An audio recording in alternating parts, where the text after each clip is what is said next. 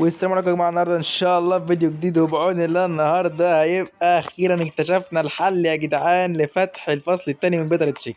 تعالى بسم الله كده، اول حاجه ما تنساش تصلي على النبي عليه الصلاه والسلام وتحط لايك وتشترك في القناه. يعني يا ريت بقى اقدر المجهود ده. قاعد فاضي كده انا في امان الله، قلت اخش في اللعبه احاول افتح فصل بيتر تشيك. طبعا كله معروف ان هو بيتفتحش، فقمت اعمل ايه؟ داخل كده عادي بدوس على علامة الفريق ده ما بيفتحش، قمت قايل اما اجرب اغير اللغة كده، جايز في جليتش في اللغة زي حدث الهالو اوف ليجندز كده. لا مؤاخذة يا جماعة دخلت غلط. دخلت على الاعدادات، قمت مغير اللغة من العربي. مش فاهم ايه حوار الجليتشات في اللغة العربية. كنت داخل على النظام كده عشان اعمل طبعا تليفون اللغة انجليزي. فنرجع كده فين اهو، نخش هنا، نقوم ايه داخلين على مين؟ الحاج، اخر واحد هنا كده بيتر تشيك اهو. بص بقى يا غالي، تيجي تدوس على علامة الفريق تظهر لك ايه اهو، ظهر لك الماتش يابا انك تفتح البيتر تشيك. معرفش بقى بعدها نلعب استون فيلا ونلعب الفريق اللي بعده ولا لا، بس تعالى ايه نلعب الماتش كده الاول اهو يابا. بس اظن كانت فتحت زي ما دوست معاك على حوار العربي. اللغه العربيه بيبقى فيها جليتشات، فياريتني كنت جربتها من بدري يا اخي. انا كنت الفتره اللي فاتت عشان بدات دروس بقى ومدرسه وحوارات، وانا انتوا عارفين طبعا ان انا في تانية ايه، في اولى ثانوي. فيعني الحمد لله، ومدرسة بقى وحوارات وقرارات الوزير ومش عارف ايه. فنحمد ربنا كنت مشغول بقى. قاعد في امان الله دلوقتي فاضي، قايل كده جرب اي هبد كده جايز تيجي معايا، والحمد لله كانت معايا. والله يا جماعة انا استنتجت بنفسي، لا شفت فيديو على اليوتيوب ولا الكلام ده، ان انا كنت مكسل اصلا ان انا ادخل اشوف. لان انا استغربت يا جماعة مفيش حد اتكلم خالص على حوار فصل بيتر تشيك ده. يعني انا متابع كذا يوتيوبرز برضو محتواهم عن فيفا، يعني تفتكرنيش ان انا ايه، لا متابع كذا يوتيوبرز برضو محتواهم عن فيفا. محدش فيهم اتكلم خالص يا جدعان على حوار بيتر تشيك ان الفصل مقفول او في جليتش او في مش عارف ايه. انا اللي كنت فاهم الحوار غلط، او مجموعه كبيره من الناس كانت فاهمين الحوار غلط. فدينا الحمد لله فهمنا اهو، وديني جيت لك بفيديو اهو يا عم الحاج. قدر التعب والمجهود، انا صاحي من 7 الصبح ما نمتش لحد الان. متخيل؟ تخيل المجهود ده غير الدروس. يعني الحمد لله الواحد ربنا اللي عالم بيه، فتفتكرش ان انا الغياب اللي انا فيه ده من فراغ. انا لما بلاقي فكره فيديو والاقي نفسي فاضي اقوم داخل على طول اعمل لك فيديو يا باشا. بدخل على طول اعمل لك فيديو، حاجة جميلة جدا. بدخل على طول اروح اعمل لك فيديو. نشوف ولا اسهل يعني من كده؟ مفيش احسن من كده كمان. فقالت انت ايه تروق عليا زي ما انا بروق عليك؟ اشترك في القناة وحط لايك، وهتلاقي كمان لو انت راجل جدع بقى ورجولة هتخش كمان على القناة بتاعتي، هتلاقي لينكات كده تيك توك وانستجرام وسناب شات، تخش تشترك في التلاتة. ويعني لو عايز تشترك في واحد بس ماشي، بس الاهم عندي اشترك في قناة اليوتيوب واعمل لايك على الفيديو، تبقى انت كده راجل محترم ورجولة. فيعني بالحب كده ايه، قدر المجهود اللي انا عملته لك وعملت لك فيديو ان شاء الله بيتر تشيك هيتفتح، لانه اكيد هيتفتح معانا يا جماعة وانا متأكد منها 100%. فعشان الفيديو ما يطولش احنا ايه، هنعمل اسمه ايه ده، هنوقف الفيديو لحد ما نخلص الماتش وارجع لكم باذن الله بعد الماتش. الماتش اهو يا جماعة هيخلص عشان محدش يفتكر ان انا عملت اي حاجة. الماتش اهو قرب يخلص اهو، في نفس الماتش انا جايب 8 طبعا، يعني ماتش سهل جدا.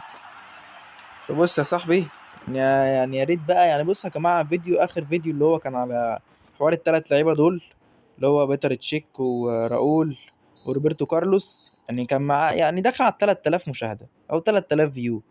فيعني مش حرام يا جماعة؟ يعني مش حرام؟ ده غير ال 30 كومنت اللي جايين لي. يعني مش حرام يا جماعة الفيديو يكون داخل على 3000 فيو وانا عندي 180 مشترك بس؟ يعني وده داخل على 200 ان شاء الله، فاضل 20 ونبقى 200. حرام ده ولا مش حرام؟ يا اخي بالله عليك اشترك في القناة، اشترك في القناة يا شيخ. او فتح ماتش استون فيلا، تعال نخش عليه بالمرة. او فبالله عليك يا شيخ، بالله عليك اشترك في القناة، الله يرضى عنك يا اخي. يعني قدر المجهود، حرام والله، والله ما تخسر حاجة. اللايك والاشتراك مش بفلوس، والله ما بفلوس، انا مش عامله بفلوس، واليوتيوب مش عاملينه بفلوس. اما يبقى بفلوس يا سيدي حقك، انا عن نفسي مش هشترك في قنوات بفلوس. انا بقول لك الصراحة يعني. ده غير ان شاء الله يعني ايه، كل ما يبقى فيه يعني. بص يا جماعة، اي حد عاوز حاجة اكتب لي في الكومنتات، عايز نجرب ثغرة انت مخترعها ايا كان في بيس ولا في فيفا. يعني عاوزني اجرب لعبة تمام برضو، وانا برد على كل الكومنتات. ومش مفيش كومنت بيجي لي وما بردش عليه، اول ما بمسك التليفون على طول الاقي كومنت مبعوت لي اروح ارد عليه على طول او احط له قلب. فاي حاجه انت تعوزها، اي حاجه مش فاهمها في فيفا في بيس، عايز فيديو ليها لشرحها، قول لي على طول واحنا نعمل باذن الله. او ثغره في باكج ايا كان في بيس ولا في فيفا برضه، او لعبه تقترحها عليا نجربها باذن الله برضو نعملها اول ما ابقى فاضي اروح منزل فيديو. فاي حاجه انت تعوزها اطلبها واحنا باذن الله هنعملها. يلا يا عم الحاج جيب جون. يا لهوي ده من الدقيقه 60 لازم اجيب جون حالا بقى. فانا حبيت برضه افهمك وجهه النظر دي، ويا رب يعني تكونوا اقتنعتوا يا مسهل. هو ايه ده في ايه؟ مالك يا مليان والله يخرب بيتك. مليانو نسخة كأس العالم دي ولا ايه؟ يا مليانو مارتينيز يا حبيبي مالك يا بابا. انا ارجنتيني بشجع الارجنتين بس برضو مش للدرجات دي يا حبيبي، انا عايز اكسب. ايه يا بابا؟ مش فاهم انا ايه الكلام ده. فانت اي حاجة تعوزها يا عم الناس اكتب لي في الكومنتات وانا ان شاء الله هرد عليك واعمل اللي انت عايزه، زي ما وضحت لك الحاجات اللي عايزني اعملها باذن الله ايا كان في بيس ولا في فيفا. وباذن الله لو حصل اي حاجه في فيفا كمان، هو فيفا كل اللي فيها جليتشات، لكن بيس ما بيحصلش فيها جليتشات في اللغات، بيحصل فيها سكريبتات بس. لكن فيفا الصراحه لعبه غريبه جدا. لو انت سالتني انت بتفضل انهي بيس ولا فيفا، الصراحه أنا بفضل بيس. إن الجيم بلاي بتاع بيس احسن وامتع بكتير بالنسبه لي من جيم بلاي فيفا. حتى اللعب مش سهل زي فيفا. فيفا متقدمه في البلايستيشن بس، لكن في نسخه الموبايل مش مهتميه بيها خالص. وحاجه من الحاجات اللي مضايقاني برضو في اللعبه انك لما تيجي تلعب مع اصحابك مش حاطين اكسترا تايم ولا ضربات جزاء، الماتش بيخلص تعادل. لو اتعادلتوا 0-0 او 1-1 الماتش بيخلص تعادل. فدي حاجه من الحاجات اللي مضايقاني برضو. فيا رب يعني الشركه تعدلها في التحديثات الجايه.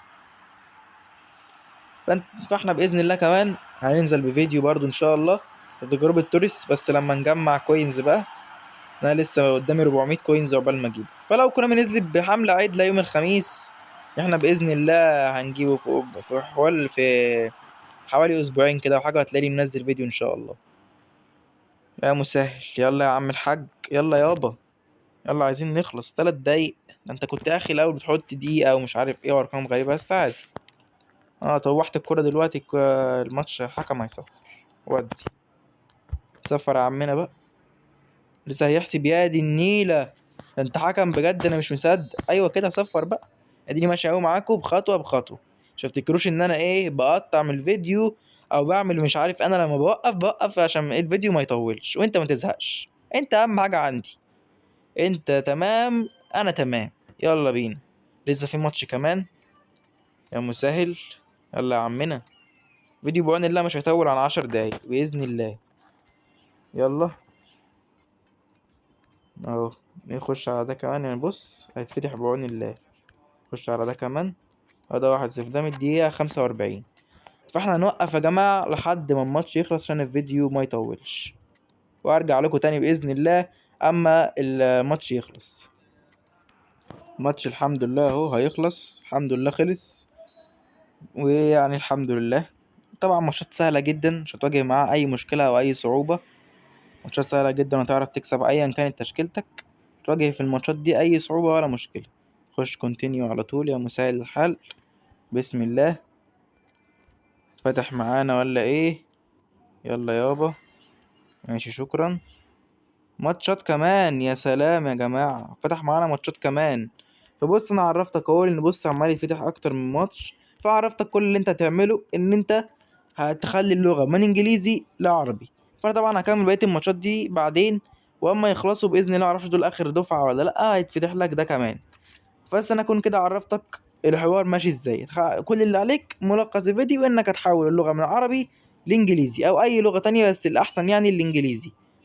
وبس ده كان كل فيديو النهارده. لو عجبك الفيديو متنساش طبعا تدعمنا غير بلايك واشتراك عشان نستمر يعني وتدعم مجهودنا اللي احنا عملناه ده، لان والله حرام ان اجمالي مشاهدات يا جماعه في القناه حاجه و30 الف. انت متخيل لو كل واحد بيتفرج على فيديو يعني كان زماني دلوقتي واصل ل35 الف مشترك او حاجه زي كده. فياريت تقدر التعب والمجهود بتاعي وتحط لي لايك وتشترك في القناه. وبس ده كان فيديو النهارده وكان معاكم احمد والسلام عليكم.